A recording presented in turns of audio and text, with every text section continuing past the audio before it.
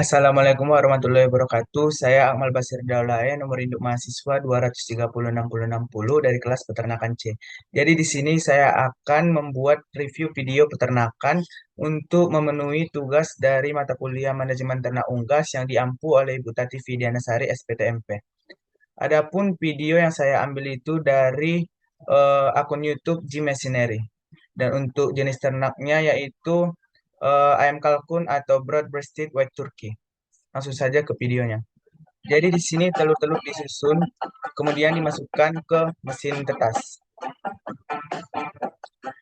Nah, di mesin tetas ini telur-telur akan diputar agar hangatnya rata. Kemudian di sini merupakan pemilihan telur yang infertil dan infertil. Untuk telur yang ini merupakan jenis infertil karena tidak terdapat perkembangan embrio di dalam telur. Ini merupakan penampakan telur yang sudah menetas menjadi ayam kalkun. Ini merupakan proses pembedaan antara jantan dan betina. Untuk penjelasannya, untuk yang berkelamin betina itu bulu-bulu halusnya berukuran berbeda, ada yang panjang, ada yang pendek, sedangkan untuk jantan semuanya itu rata. Bulu-bulu ini dapat kita lihat pada sayapnya.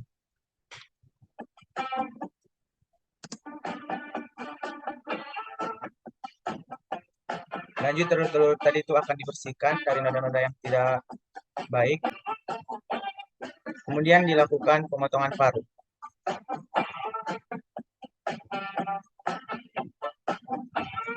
Anakan tersebut akan dibawa ke perkandangan atau tempat pemeliharaan.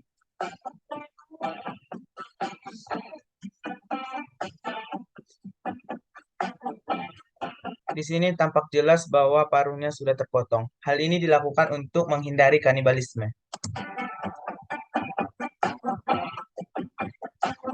Setelah anakan tadi dipisahkan menurut kandangnya, kemudian di sini broodernya akan dinyalakan. Untuk suhunya pada anakan berumur 0 sampai 1,5 bulan itu adalah 30 sampai 45 derajat Celcius. Kemudian ini merupakan penampakan ayam kalkun yang sudah remaja. Untuk fase hidup kalkun terdiri menjadi 5 fase. Yang pertama ada pre-starter atau usia 0 sampai 4 minggu, fase starter usia 4 sampai 8 minggu, fase grower usia 8 sampai 12 minggu, finisher 1 untuk usia 12 sampai 20 minggu dan finisher 2 untuk usia 20 sampai seterusnya. Nah, untuk fase remaja ini sendiri itu merupakan fase finisher 1 atau usia 12 sampai 20 minggu. Untuk ini merupakan fase finisher 2 yang mana ayam kalkun ini sudah siap untuk dipanen.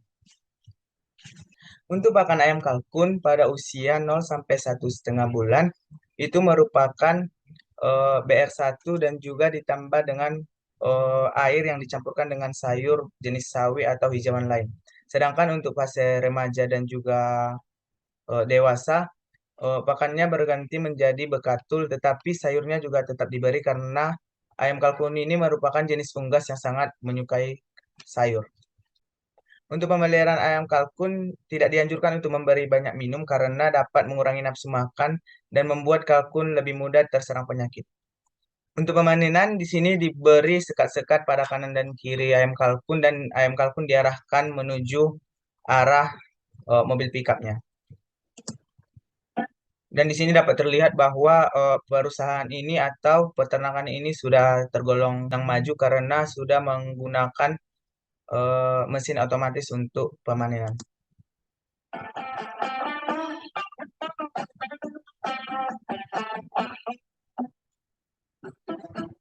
Kemudian ayam kalkun yang sudah dipanen tadi akan dibawa menuju eh, ruang produksi atau tempat pengolahan ayam kalkun menjadi daging mentah atau ke dalam bentuk kemasan.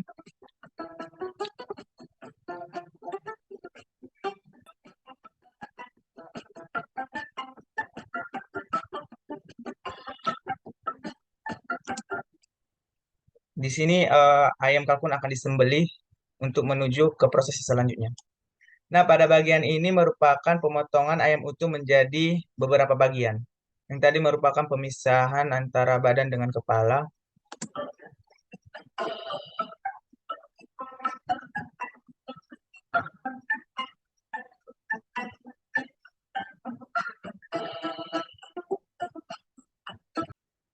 Nah, di sini dapat dilihat ayam kalkun tadi sudah tampak merah karena sudah melalui proses pengulitan atau pemisahan kulit dari kalkun.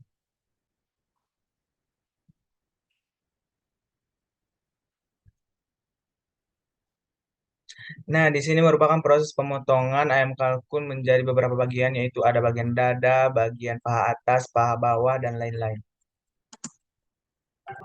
Sedangkan di sini merupakan bagian pengemasan dari ayam kalkun yang sudah dipisah-pisah tadi.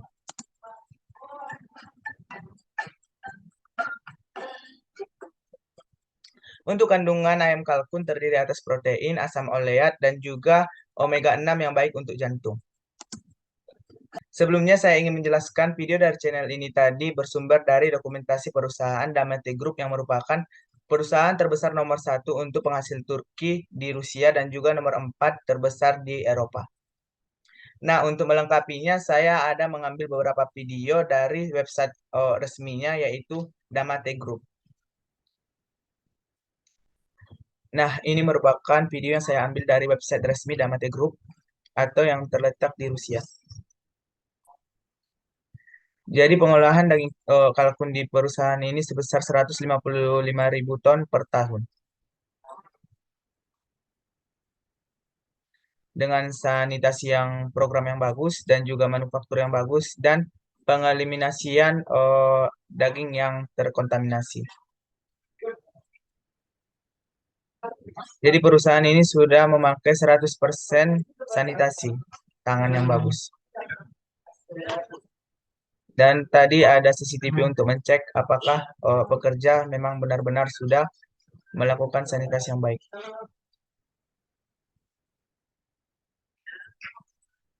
Jadi terdapat 10 pemotongan mesin yang ada di perusahaan ini.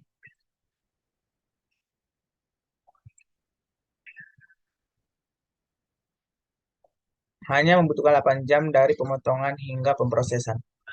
80% produk memiliki berat tetap. Sedangkan untuk perharinya, perusahaan ini menghasilkan 303 ton produk per hari. Nah, ini merupakan penampakan hasil-hasil produk dari perusahaan ini. Jadi di sini terdapat beberapa pembayaran dari perusahaan ini. Di sini terdapat total investment yang sangat tinggi yaitu 8 miliar rubel atau setara dengan 13,7 triliun rupiah. Sedangkan untuk peralatan yang ada di perusahaan ini itu sebesar 500 pieces dan pekerjanya ada 700 orang. Untuk produk ham itu menghasilkan 87 ton per hari dan untuk sosis rebus itu menghasilkan 128 ton per hari. Sedangkan untuk sosis kering itu ada 8 ton per hari. Untuk memasuki ruang pengolahan pada perusahaan ini harus melewati disinfektan terlebih dahulu, kemudian sanitasi yang baik seperti yang saya jelaskan sebelumnya. Nah, ini merupakan produk sosis, yang mana produk sosis yang dihasilkan itu adalah 100% dari daging kalkun, memiliki protein yang tinggi dan juga rendah lemak. Dapat dilihat di sini prosesnya.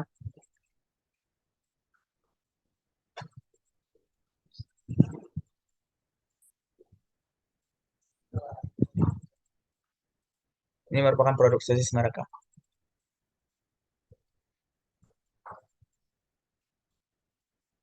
Pengemasan. Sedangkan untuk produk ham mereka atau daging yang sudah di-slice di sini terdapat 87 ton per hari. Proses pembuatannya serba otomatis.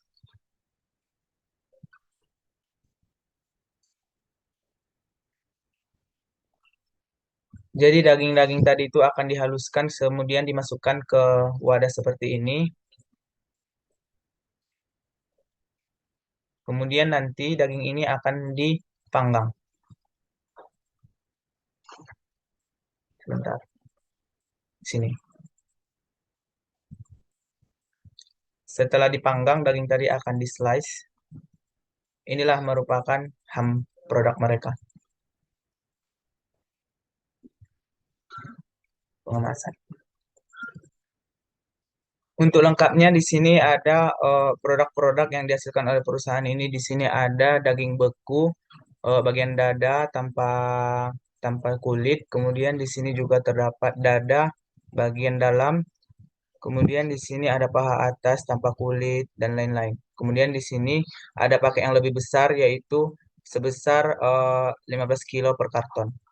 Untuk daya penyimpanannya adalah 1 tahun. Dan di sini juga ada produk yang sudah dipaku. Sedangkan untuk produk yang siap untuk dimakan itu ada sosis tadi. Di sini ada Turkey Pranks, kemudian ada Turkey Bologna, kemudian di sini ada Turkey Breast Roll atau full dengan daging dada, dan juga ada dalam kemasan yang lebih besar. Untuk semua produk yang dihasilkan perusahaan ini sudah berstatus halal dari tahun 2013. Sedangkan untuk pemasaran produk-produk tadi dari Rusia akan dipasarkan ke atau diekspor ke bagian Eropa dan 27 negara lain termasuk Cina, Uni Emirat Arab, Egypt atau Mesir, Afrika dan lainnya. Oke, jadi di sini saya akan mengambil kesimpulan bahwasanya perusahaan Damati Group ini sudah sangat amat maju dalam bidang yang kita bahas yaitu brooding, budidaya, dan juga pemasaran. Sedangkan untuk kekurangan perusahaan ini adalah jika perusahaan-perusahaan canggih seperti ini semakin besar, maka akan meningkatkan angka pengangguran yang ada di dunia. Eh, Kemudian saya ingin berterima kasih kepada channel YouTube Gmachinery dan juga website Damati Group sendiri. Dan juga saya ingin meminta maaf apabila ada kesalahan dalam pemaparan video ataupun kata-kata saya. Kepada Allah saya memohon ampun. Wabillahi taufiq walhidayah. Assalamualaikum warahmatullahi wabarakatuh.